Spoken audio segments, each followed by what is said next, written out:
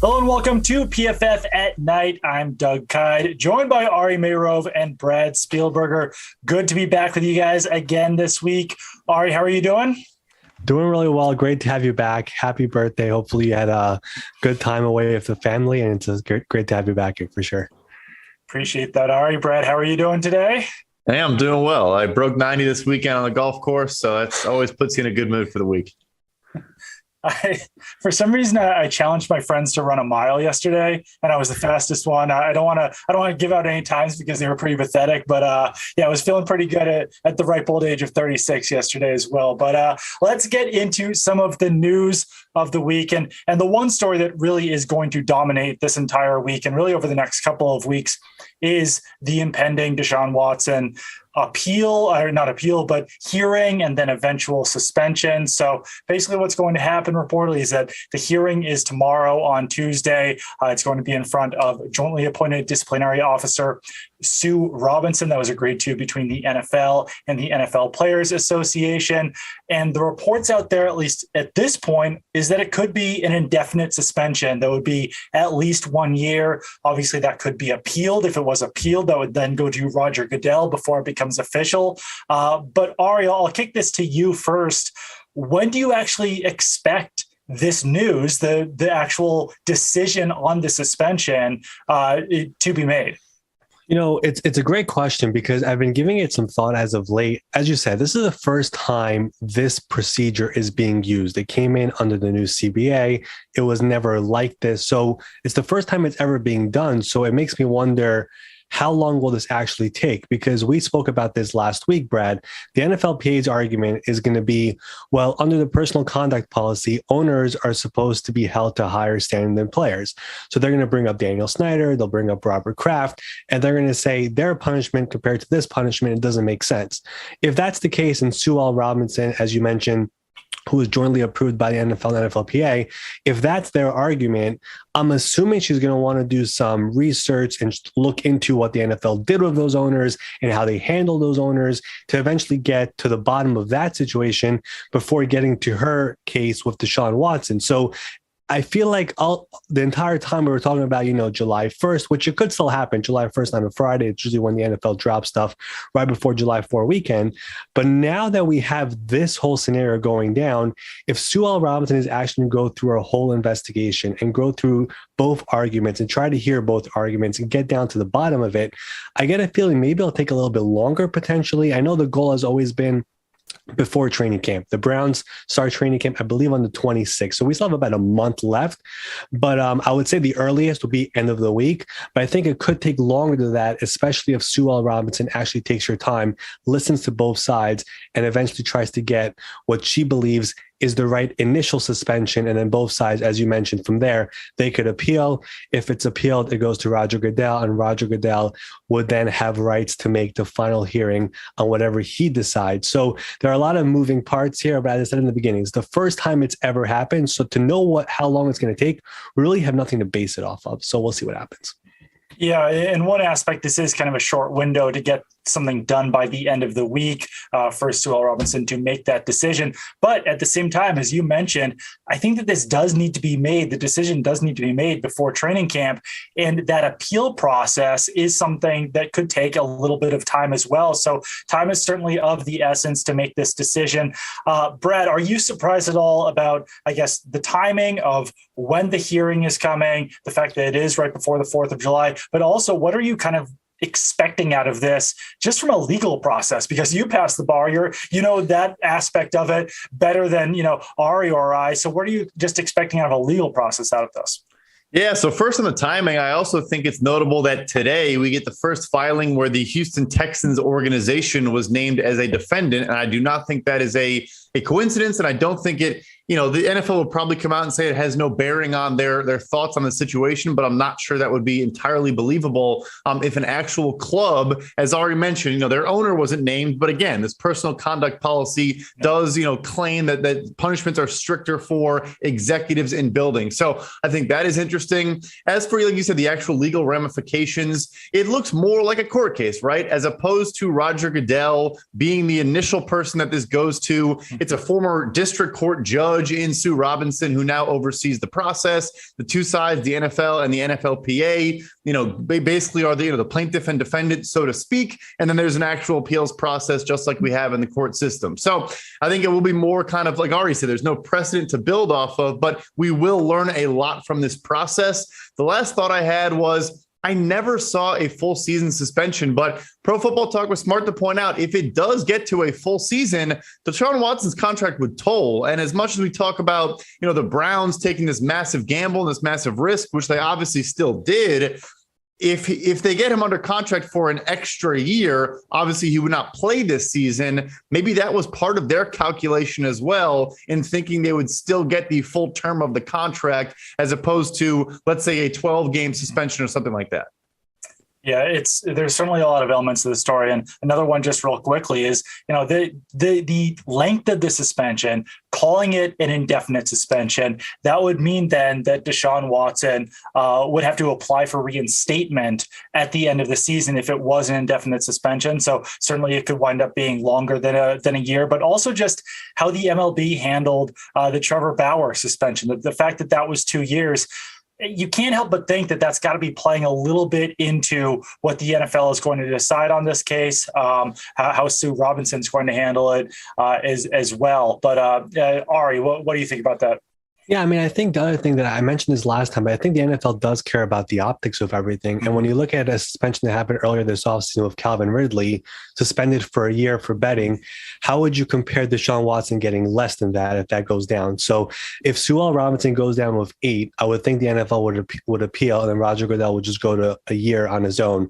And then from there, that would be the final decision. The thing that I really don't understand is that eventually it still gets back to Roger Goodell if anybody appeals. If the NFL wants 1 year, it's going to be 1 year. So I don't want to say I think it's going to happen, but it just based off, obvious thinking, it would seem that would be the logical destination, but we'll see what happens. But again, just optics based, when you see Calvin really got a year and Deshaun Watson getting less, I think the outside reaction will be, that's pretty odd. Yeah, absolutely. And if it is a year-long suspension for Deshaun Watson, or if it's more than that or close to that, then we have to start talking about who would be the Browns starting quarterback during the 2022 season. Players who are currently on the roster: Jacoby Brissett. He's a player with a lot of starting experience.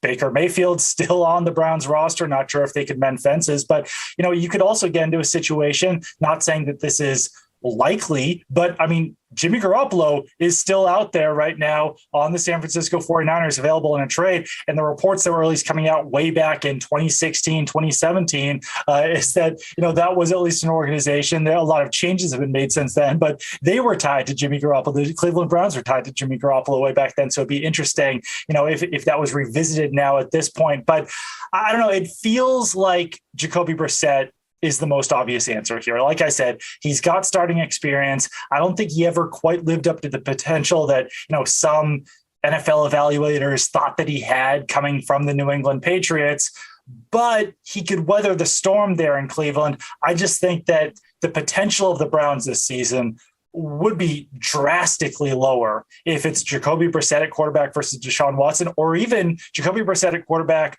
versus Baker Mayfield. I think that Baker Mayfield just has much higher upside as a quarterback for the Browns this season than Jacoby Brissett does. But Ari, what are you thinking on this? Who do you think would be the quarterback for the Browns in 2022 if it is a year-long suspension? Yeah, I mean, I think just based off the fact that the Browns have had trade discussions involving Baker, despite the fact they don't know what's going to happen to Watson, tells me that they're going to go with somebody outside of Baker. So probably Jacoby Brissett, who they signed in for agency. I'm still a believer, though, that if they could somehow mend fences and put ego to the side and figure out something and say, Baker, play for us. We won't tag you next year. You'll become a free agent. You'll be in the offense that you'll be with the teammates that you've been with. You'll be in the same city, a great offensive line, a great defense. All of that makes sense just for Baker because he is in the final year of his contract. And obviously every quarterback looks for that second contract, that big payday.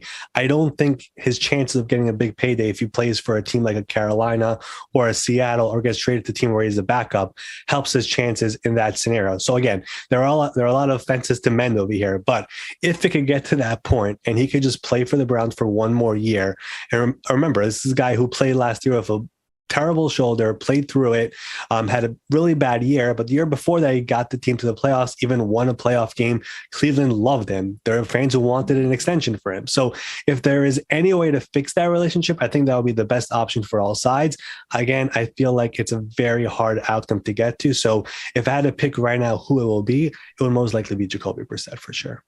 Yeah, emotionally, Cleveland Browns clearly are not the best fit for Baker Mayfield right now. But on paper, yeah, 100% going into a contract year, or it being in a contract year, playing for the Browns would be the best decision on the field for him. Brad, what do you think is going to happen with the Browns starting quarterback in 2022? If once again, if it is a year-long suspension for Deshaun Watson.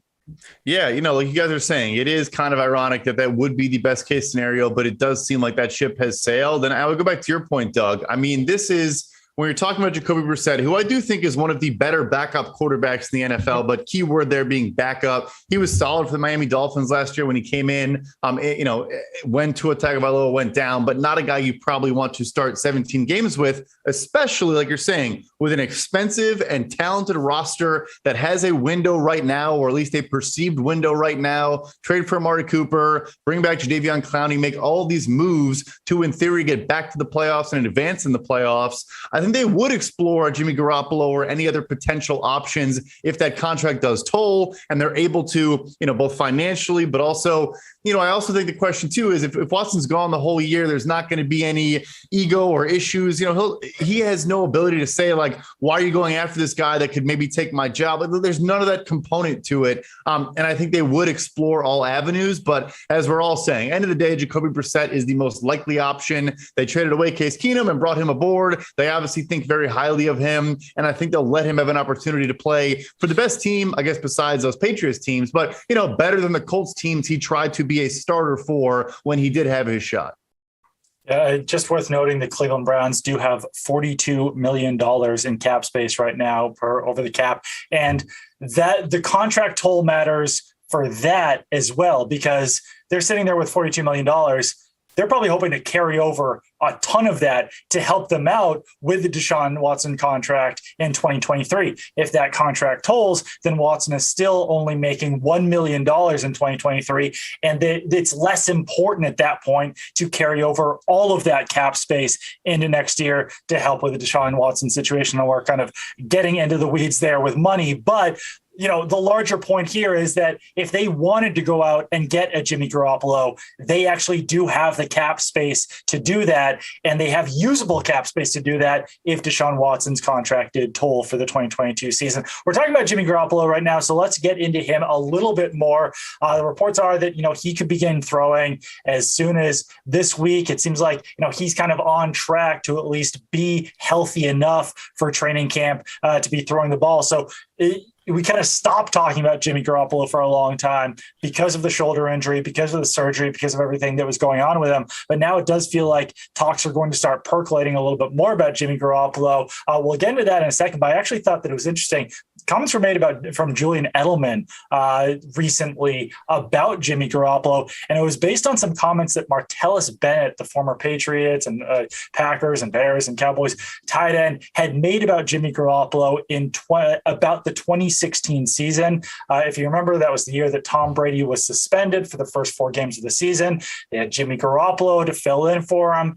He played about 2.5 games before injuring his non-throwing shoulder, and then Jacoby Brissett, another player we were just talking about, came in, tore ligaments in his thumb, and then heading into week 4, Tom Brady was still suspended. Jimmy Garoppolo had the left shoulder injury. Jacoby Brissett couldn't throw because he had torn ligaments in his thumb, and it looked like Jimmy Garoppolo was going to play. And then, something happened late in the week, and it was Jacoby Brissett who wound up starting that game. And the Patriots basically ran like a college Navy offense, running the option. They wound up losing that game because they basically didn't throw the ball.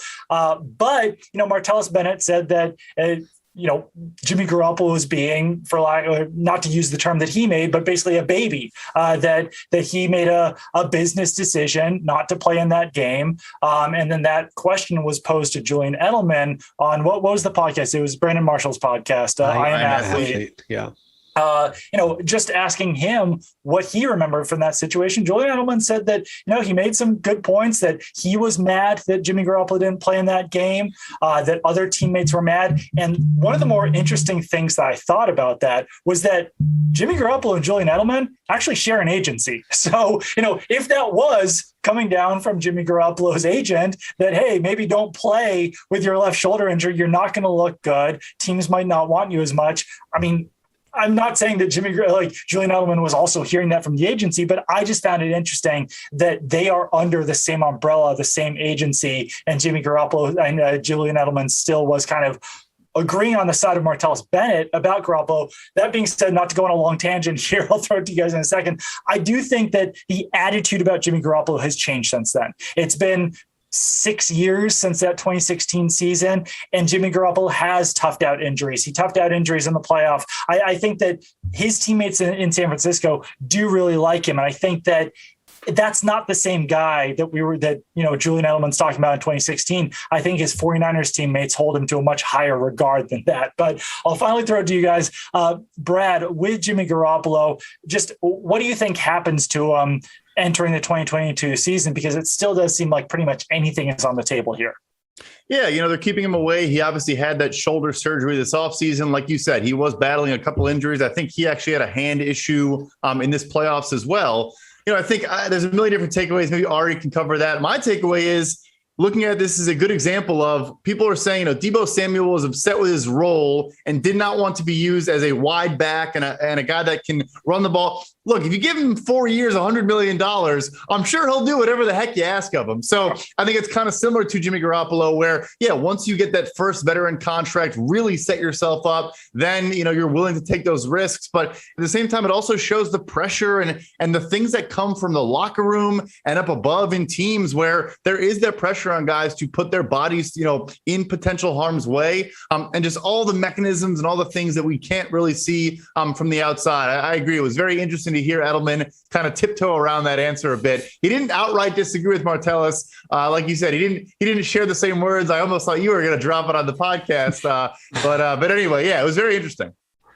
Yeah, and I mean, also worth noting as well, just because people will probably mention this in the comments, Tom Brady has the same agency as Jimmy Garoppolo and Julian Edelman as well. So, like I said, all kind of falling under that same umbrella. But Ari, what do you think about, how the perception of Jimmy Garoppolo has changed, what actually happens to Jimmy Garoppolo this season? Because it's such an interesting situation. He's 100% one of the 32 best quarterbacks in the NFL, but right now he's just on the 49ers. The 49ers could potentially use him if things don't work out with Trey Lance, but ultimately it seems best for all parties for him to wind up somewhere else. That's just the question. Where is he going to land? I think, first of all, the perception has changed. And the way I look at it is, you mentioned it, the 49ers locker room, they love him there. George Kittle loves him. Deebo Samuel loves him. The offensive line love him. Like, for me, if Trey Lance is struggling and Jimmy Garoppolo is still in the locker room, you could imagine the chatter going around the locker room on, we should probably get this guy back. So I feel just based off that, they're eventually going to move him. The thing is, he had that surgery this offseason without even letting the 49ers know. He just did it. And because of that, all the trade talks exploded and it just couldn't get done. And it's still on hold up until now, until he starts throwing and getting into that ramp up period. But the thing that I'm fascinated by, and not many people are talking about, is that he has $25 million. None of it is guaranteed. I think 7.5 of it is guaranteed just for injuries. So once he passes the physical, it's no longer guaranteed. It becomes guaranteed by week 1. If he just shows up to camp, I feel like the 49ers could eventually do what many teams do and just squeeze him once week 3 of the preseason is over and say, you know what, Jimmy, Trey is going to be our starter. We want to keep you, but $25 million is a bit too much. Let's go down to like 8. And then he's stuck because no one is going to pay him more than that if he gets cut by that time. So in my opinion, I mean, Brad could elaborate on this. For him to even show up at camp, I think that contract has to be adjusted first, right? So it's also interesting you mentioned the guarantee because he had a no trade clause up until this season began. It was specifically for last year. He no longer has the ability to dictate where he goes. So I agree with you. I think that is very possible. They kind of play that leverage game with him and say, look, we're going to cut you down to this number. Maybe it is the exact $7.5 million and not a penny more. At the same time, though, not that you can fake, a fitness test, but he could probably just say, like, I'm not comfortable and I don't feel healthy enough to even take the physical exam. And you're not really going to press that on a guy who just had surgery and went to battle for you. So it is, again, the kind of those games and that cat and mouse that teams and players have to sometimes play with each other.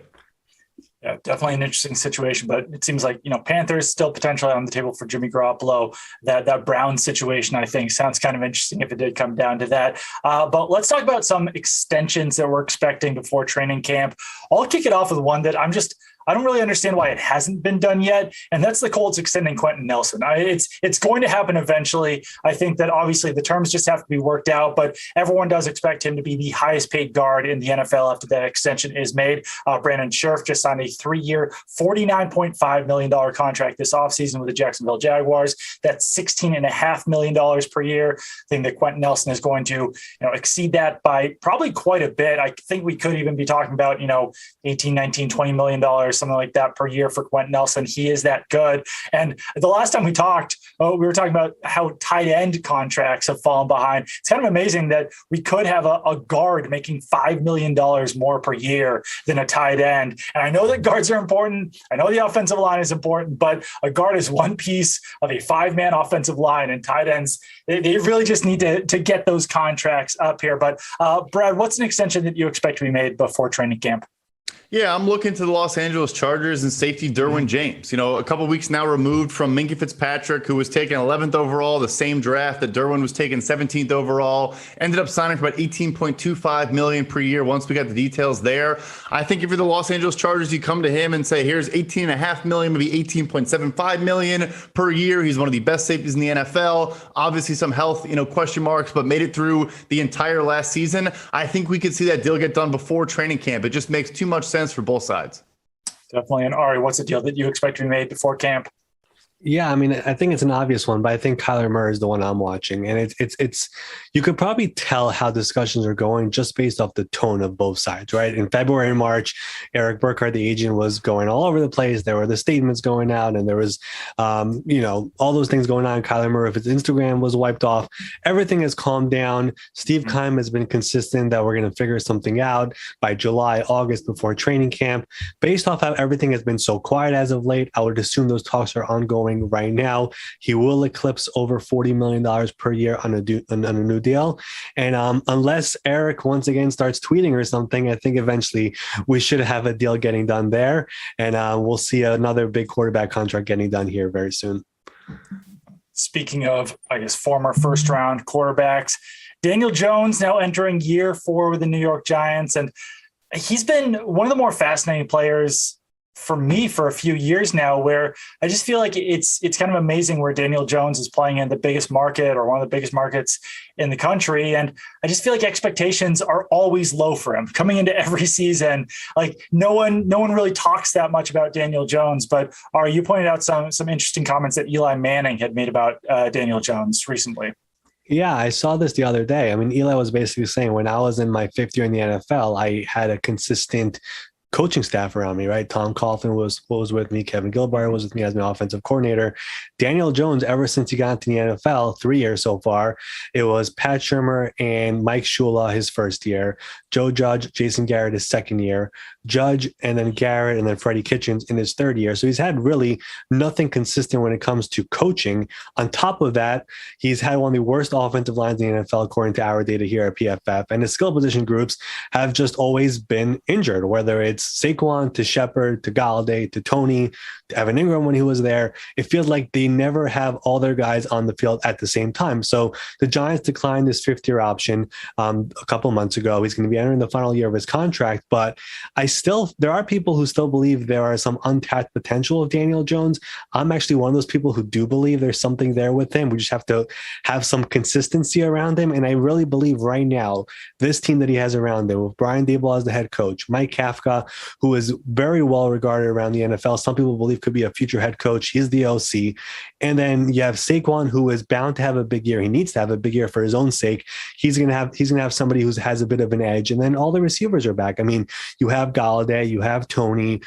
They drafted Wendell Robinson in the second round. The offensive line is better with Andrew Thomas, now Evan Neal coming in. They signed Mark Lewinsky in free agency.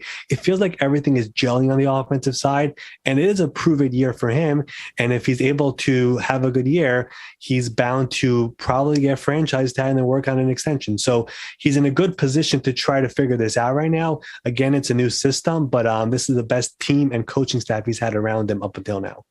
Yeah, and Daniel Jones, I mean, in 2020, he actually had a 78.4 PFF grade, which was, kind of middle tier for a quarterback, but definitely not awful. 71.6 in 2021. We're not talking about he hasn't been Sam Darnold up to this point. He's been an okay NFL quarterback, but I think that this is definitely the best situation that he's ever had. I think that we're going to see the potential of Daniel Jones. I do still think, though, that over the last couple of years, we would have seen more moments from him if he was going to be one of those, top 8 NFL quarterbacks. I think that he still has a chance to be a quality NFL starter, but you do kind of know what the ceiling is of Daniel Jones this season. But, if he does play well, Brad, let's get into the contract situation a little bit. Like Ari said, he probably would get franchise tag, or could you see some sort of extension being worked out during the season? Yeah, I'm glad Ari mentioned that, because I think this is a route that teams need to start exploring, is that a lot of teams in the past have said, look, we can't take the risk of, if this guy plays really well in his 4th season and we did not give him the 5th-year option, then we're going to be behind the 8 ball. And that's why Sam Darnold, who you mentioned, and Baker Mayfield, maybe to a degree, that's why those guys had their 5th-year options picked up. And now the Panthers are trying to get out of Sam Darnold. The Browns are trying to get out of Baker Mayfield. And so because the franchise tag, yes, it's a couple million more dollars, but I think they should stop being afraid of, for example, this year, Baker Mayfield and Sam Darnold on an $18.9 million 5th-year option could have spent, $24 million on the franchise tag instead. Yes, that's a lot of money. I'm not saying it isn't, but that gamble, that risk is worth it. And I think teams need to start thinking that way. And new GM Joe Schoen, if he is thinking that way, I think it's a smart call. Like you said, Daniel Jones has shown some flashes. Maybe you'd hope for more. I'm not comparing him to Josh Allen, but he can run the football as well as throw the ball. Kind of has some of that deceptive athleticism when he's not tripping over the 10-yard line.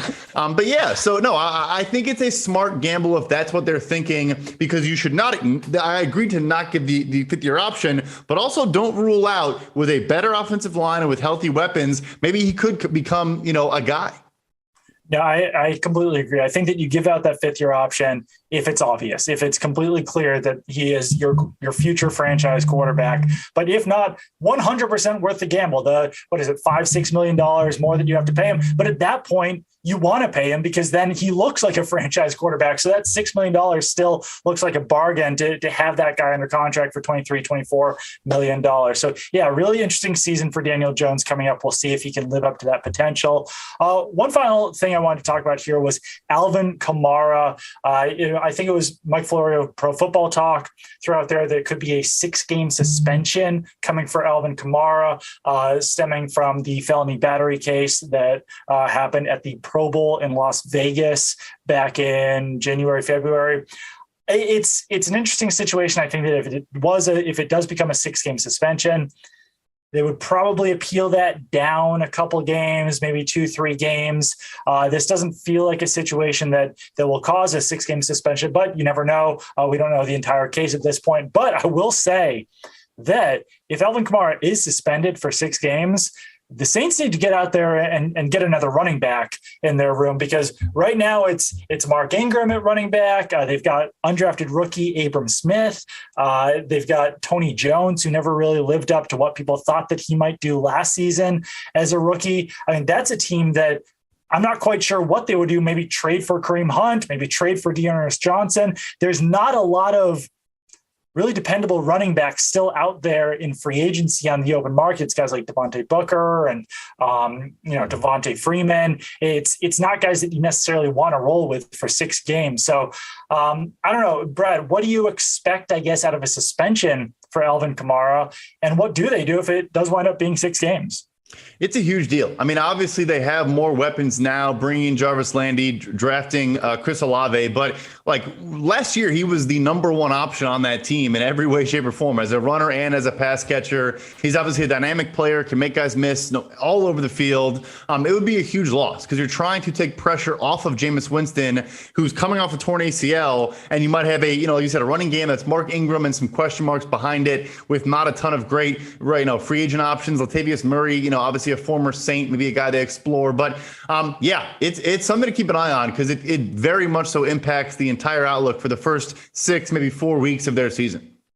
All right, is there someone that we're forgetting out here, like, as far as running backs go, either via trade or free agency? Because I was looking through this today, and it's not looking great out there on the open market.